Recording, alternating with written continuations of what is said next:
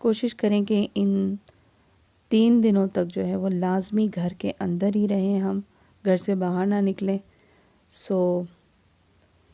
ان 3 دنوں کو ہلکی پھلکی خوراک کے ساتھ اور طاقتور جو آپ کے جسم کو بھی طاقت دیں، پروٹین دیں آپ کے جسم کو، کہ جو آپ کی قوت مدافعت کو بڑھائیں. اس لیے میں نے جو ہے وہ یہ چیزیں لے لی کہ چلیں جی ان کے ساتھ جو ہے وہ 2 ہفتے تو اچھے گزر ہی جائیں گے انشاءاللہ. باقی پریشان ہونے کی تو کوئی خاص ضرورت ہے نہیں، کیونکہ کہا گیا ہے کہ کریانہ سٹور اور کھانے پینے کی اشیاء کی جو دکانیں ہیں وہ کھلی رہیں گی، ریسٹورنٹ وغیرہ بند رہیں گے، اور اچھا بھی ہے کہ اس دوران آپ باہر کی چیزوں سے پرہیز ہی رکھیں. جی تو آتے ہیں اب ہم اپنی بات چیت کی طرف، جس کے لیے میں نے آپ سے ویڈیو کے شروع میں کہا تھا. کیونکہ جس قسم کے حالات ہو چکے ہیں، پورے ملک میں لاک ڈاؤن ہو چکا ہے، تو الجھن سی کچھ ہو گئی ہے. اور وہ بھی صرف اس وجہ سے کہ ہم میڈیا کے ذریعے بھی ہم کافی پریشان ہو رہے ہیں، اس لیے. ورنہ یہ وقت اس قدر بہترین وقت ہے کہ آپ یہ سوچیں کہ عموماً وقت نہیں ملتا، پریشان ہی رہتے ہیں، یہ کرنا ہے وہ کرنا ہے، وہاں جانا ہے، یہ لانا ہے وہ لانا ہے. تو اب آپ کو فرصت مل چکی ہے، اب آپ تسلی سے، اطمینان سے اللہ پاک سے اپنا تعلق جوڑیں. اللہ پاک سے جو ہے وہ اپنی تمام معاملات کی جو آپ کو لگتا ہے کہ صحیح نہیں ہے، ہر انسان خطا کا پتلا ہے، اس سے غلطیاں ہو جاتی ہیں، اس کی استغفار کریں، اللہ تعالیٰ سے تعلق کو اور مضبوط کریں، اور جتنا ہو سکتا ہے گر گڑا کے دعائیں کریں، استغفار کریں، اور تھوڑی احتیاطی تدابیر کے اپنے گھر کے اندر ہی رہیں، گھر میں بار بار ہاتھ دھوئیں. اور یہ واقعی یہ ایک جو ہے نا بہت فائدہ مند چیز ہے جو کہ ہم لوگ نہیں کرتے ہیں.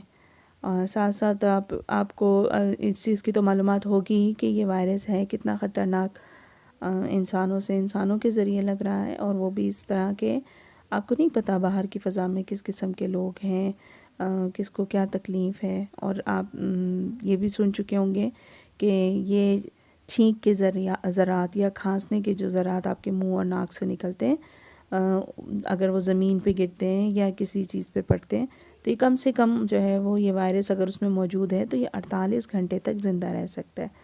اگر آپ لوگ باہر نہیں جائیں گے تو یہ وائرس بھی آپ کے جسم میں داخل نہیں ہوگا، جس کی وجہ سے جو ہے وہ آپ اس وائرس کی افزائش کا جو ہے وہ ذریعہ نہیں بنیں گے. یہ ظاہر ہے یہ آپ میں لگ گیا، خدا نخواستہ آپ کے ذریعے آپ کے ساتھ والوں کو لگا، تو اس کی طاقت بڑھتی چلی جائے گی. لہٰذا بہتر یہی ہے کہ کم سے کم 3 دن اگر ہم اپنے گھروں میں رہتے ہیں، تو اگر یہ باہر کی فضا میں موجود ہے تو 48 گھنٹوں کے اندر یہ خود ہی ختم ہو جائے گا. اور کوشش کریں کہ 2 ہفتے تک ہم رہیں اپنے گھروں کے اندر، تو یہ تو اور زیادہ فائدہ مند ہے. زندگی ہے تو انشاءاللہ اللہ تعالیٰ اور معاملات بھی ہمارے رکھوائیں گے آگے تک.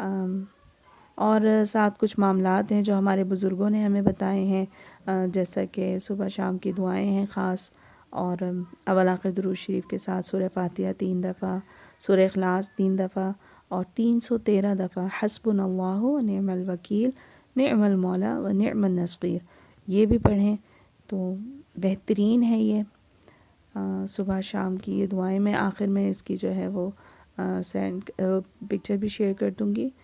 آپ سب سے گزارش ہے کہ اپنی دعاؤں میں ہمیں بھی شامل کریں، کل عالم اسلام کو اپنی دعاؤں کے اندر شامل کریں، اور اللہ پاک سے دعا کریں کہ اللہ پاک راضی ہو جائیں، اپنے گھر کا دروازہ، پیارے نبی کے روضہ مبارک کا دروازہ ہم سب پر اپنی رحمتوں کے ساتھ دوبارہ کھولیں.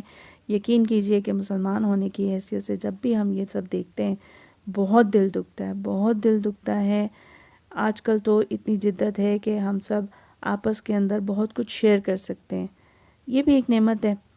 اور کئی ایسی گمراہ کن باتیں بھی ہیں جن کو جو ہے نا وہ پھیلایا جا رہا ہے، جس سے دلوں میں بھی انتشار اور بے چینی ہو رہی ہے.